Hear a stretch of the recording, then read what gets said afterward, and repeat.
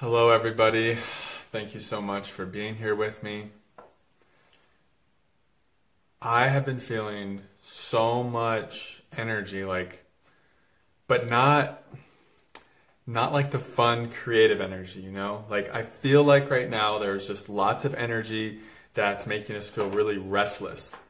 Almost like this gross type of energy that was coming up in me. Like I just had to go do something.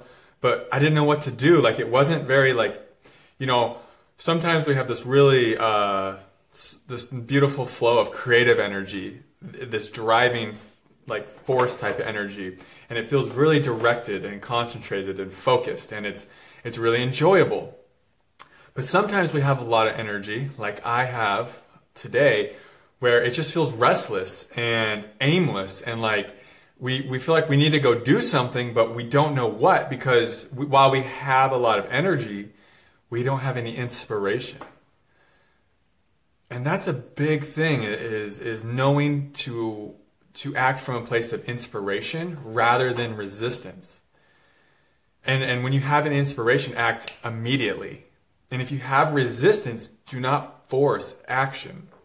And it's something I've been learning, because this morning when I woke up and I felt all this energy, I wanted to start working on my business. I wanted to start writing something. I wanted to shoot a video. I wanted, there's all these things I wanted to do. But I didn't have that inspiration for it. I just had a lot of energy, like this agitation, restlessness, kind of like I said, gross feeling, like something was coming up that needed my attention, that needed essentially to burn away in the light of awareness. And I was resisting this big time. I didn't want to feel this. I just wanted to do what I wanted to do. I wanted to give my gifts. And I'm like, come on, come on, Spirit. I just want to give my gifts. Why must we do that work? And that's why it's called inner work, because this is the work. The work is sitting with this energy, letting it bring up what you need to see and feel, and letting it dissolve and burn away. Dissolve, it can feel like it's dissolving sometimes when it's a softer integration, but sometimes when it's this, like a heavier energy, when it has more intensity to it, it can feel like it's burning away in the light of our consciousness.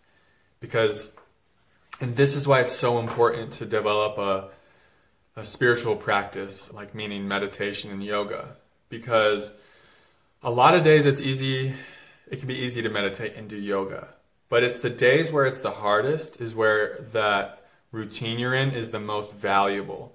Because I did not want to sit down and meditate today. I did not want to do yin yoga, but because I've been building a momentum of doing it every day, it really carried me through. And it was actually the most important thing I could do with these energies was to just be still and quiet with them. And you'll notice a lot of times when you're in resistance to the energy happening inside of your body, to a purge, we'll call it, or to an integration day, a lot of times you're stuck in the mind. You're stuck in duality, and you're stuck in thought, because that's where resistance ultimately leads us, is into a place of duality, good and bad, right and wrong, And this actually is not the movement to go from resistance to inspiration. It actually keeps us in resistance when we're caught up in the dream of the mind, the monkey mind, the constant thinkingness. When we're constantly thinking up opinions and believing opinions about things. And this really takes us just deeper into resistance. And I found this happening in myself today, where I didn't want to deal with the energy. So then it's like I tried to escape into the mind, and whoa, what story's going on up there? But that's not the movement towards integration, towards wholeness, towards unifying your consciousness. That's just a movement of resistance. It's funny, resistance leads to overthinking or believing your thoughts, right? And believing your thoughts and overthinking and duality, it leads to resistance. They feed each other. So I just had to be like, okay, enough is enough. What is going on here? What is trying to come up?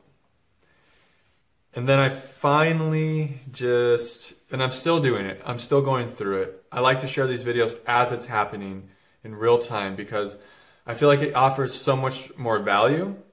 And I also like to share afterwards, after a breakthrough and a realization and an integration. I think they're both very valuable, but we're all going through this together.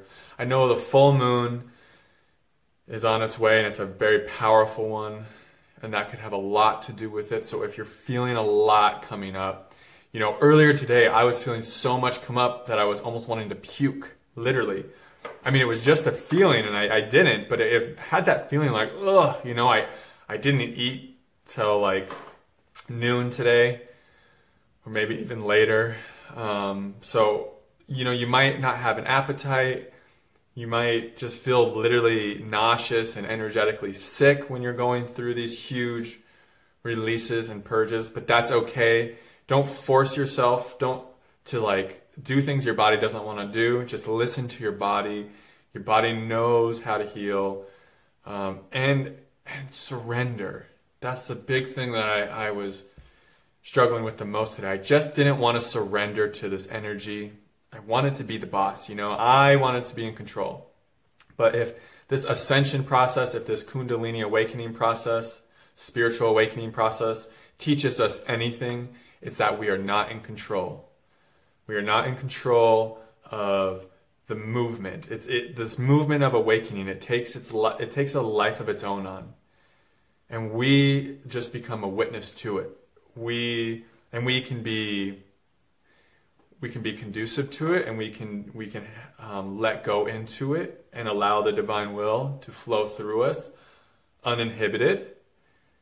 And we can in that way limit the amount of resistance and pain and suffering that we're going to go through. And it can feel quite joyous and quite, you're in this way. When you surrender to the divine, you feel a lot of love, you feel joy and peace flow through. Or we can get up into that thinking mind, we can get up into the ego and start trying to fight it and resist it and control the movement, and try to control outcomes and how we're going to feel moment to moment, and that's going to lead to that suffering. I feel, for me, on my process, that pain is inevitable. Pain is a part of being a human.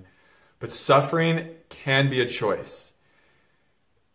And it's when we resist the inner movement, when we resist ascending and the process of becoming more aware beings, when we resist that movement, which requires release, integration, healing. When we resist that, then we're choosing suffering. But when we can just be in a place of heart-centered presence,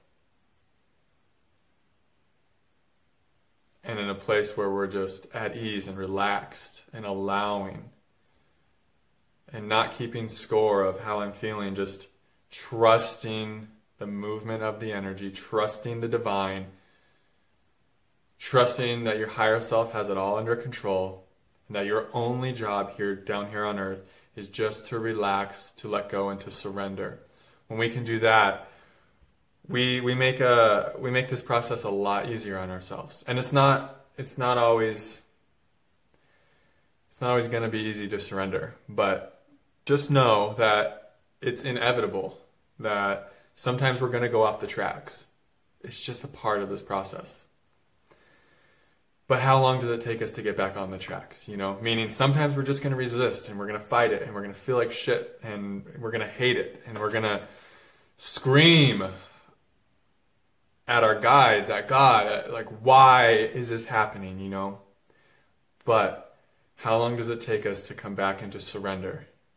How long does it take us to go back into a heart-centered meditation, to get back to our yoga mat, and to just relax our body? How long does it take us to get back to trust?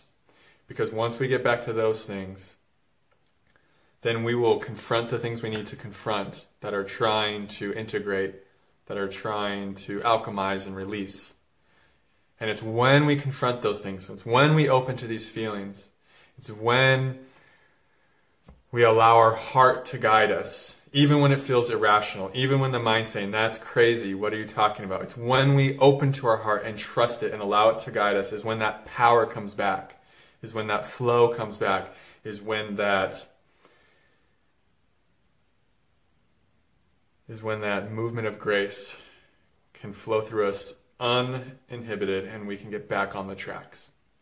And then we're off the tracks again. But that's part of the process. And how do we get back on? We do it through surrender, through opening, through trusting.